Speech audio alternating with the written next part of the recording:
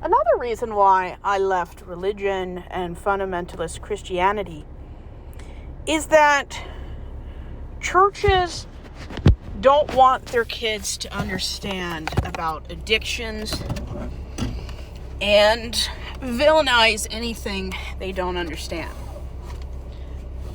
I took some classes a few years ago when I lived in Florida about toxicology, legal over-the-counter drugs, illegal drugs. I was a therapist for quite a while, and I had to have a rudimentary knowledge of drugs. And I was not taught a lot about drugs in a Christian fundamentalist environment.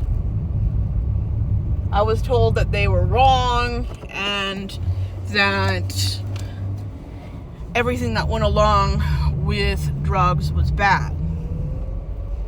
Personally, I think making drugs illegal is stupid. We spend more money each year prosecuting and manpower to catch criminals than we would if it was just legal. I didn't learn that there are good kinds of drugs until I was a teenager. And I'm not talking about drugs that are prescribed by a physician, even though those are some very good, healthy, helpful drugs. Morphine and, Vicodin. There's so many interesting drugs out there. I wasn't taught when I was young that caffeine is a drug, sugar is a drug, sodium may not be a drug, but the way people heap it on their food might as well be the secret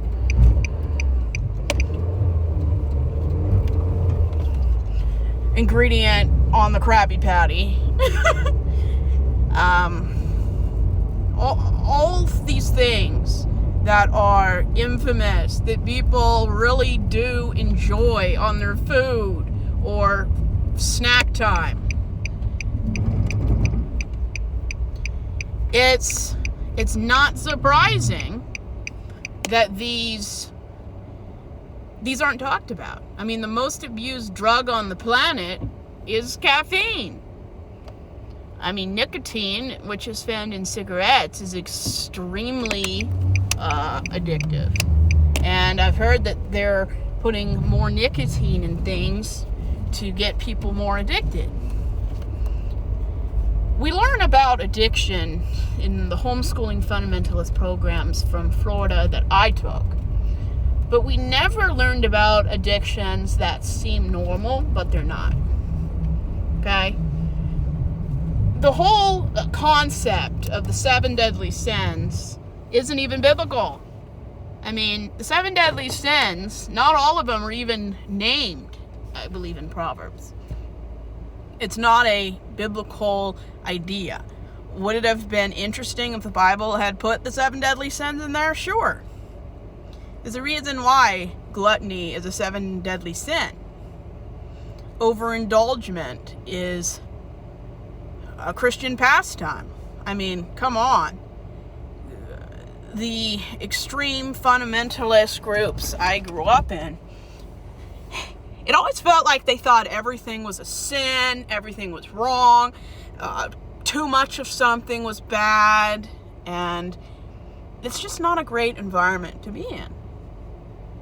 I'm so stunted in so many different ways, from sexuality to identity, critical thinking. When you don't teach your kids what addictions look like, they're not going to be able to recognize unless they're taught something by their peers, which who knows if it's accurate or factual. They're going to be taught something. That's why indoctrination is such a bad thing. Teach kids, by all means. Teaching kids is important, and it's illegal not to teach your kids how to become fully functioning adults. We call that child abuse, neglect. But in my opinion, Drugs don't hurt people. Addiction and lacking self-control is what causes problems. If people were taught about the complexities of drugs, how a lot of the famous drugs were legal, things like LSD were legal. They were used by the medical community to learn about the human mind and how the body worked. And now we villainize everything. And I'm not saying that kids should have LSD. Definitely not. But kids need to learn what addictions really are. And I've said in another video, one of the biggest addictions that exists in Christianity doesn't exist. Corn addiction. Sex addiction. Those things are not recognized by the community of the medical board. They're not recognized. Porn addiction does not exist. I'm not saying that it can't ruin your life. I'm not saying it's not a medically sponsored or backed idea. And this is the problem with Christianity and basically all religions. They create their own addicts with a addiction that does not exist, because the addiction is the appearance of a normal, natural activity being perverted, hyper sexualized, where people don't know how to handle natural things, natural urges, because they've never been taught how to control them. That's why people in puberty, need to be taught how to navigate their own feelings, even when they don't understand what those feelings mean. Some YouTube videos I've seen of pastors and theological teachers, it's like they're stunted emotionally and mentally. They can't even spend time with a woman in a room or an elevator without thinking that something inappropriate is going to happen. And yet they spend time with men all the time.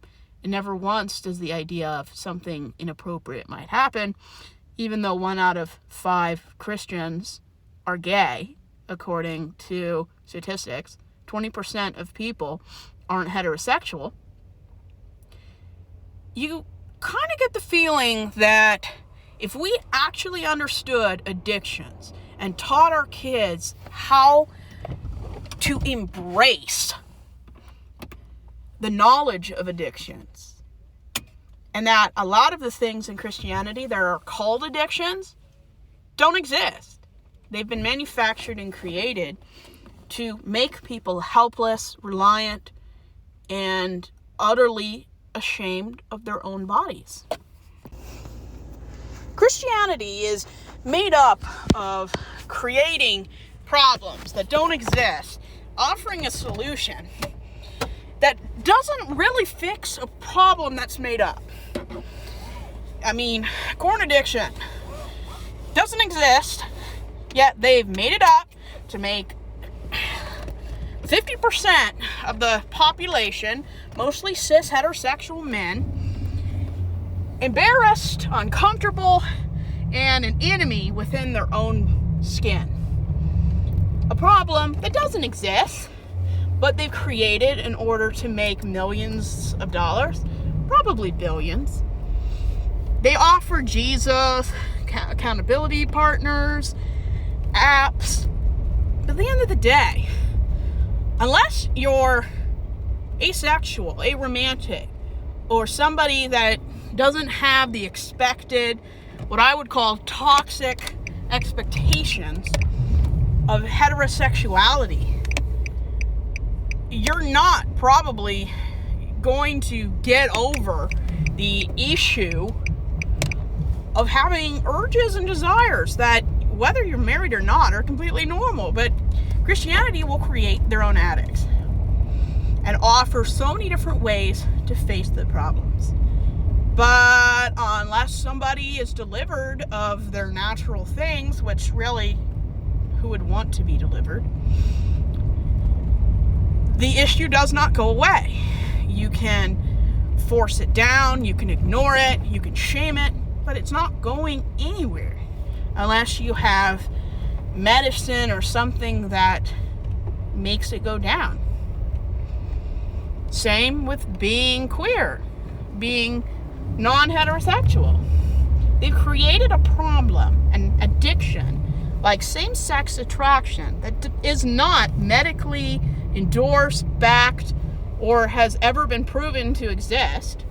And they want to make money off getting people to change who they are.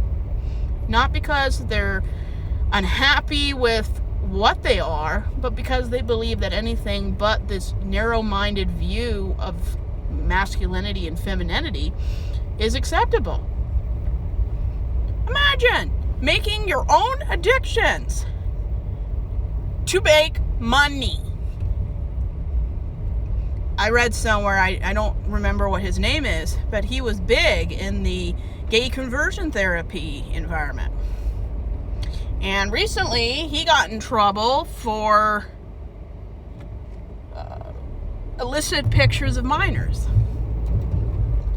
Just because somebody says that being gay is a sin and wrong, and offers you the option of getting rid of it or suppressing it, does not mean that problem exists. You can think it does, but it does not mean it exists. Because let's be honest here. Being gay isn't a problem. It's only wrong if you believe it is or was raised to believe it is. So, that's why people who are least conforming to gender orientation and just living your life is going to be the most happiest, most satisfied, and less regretful of any other group of people.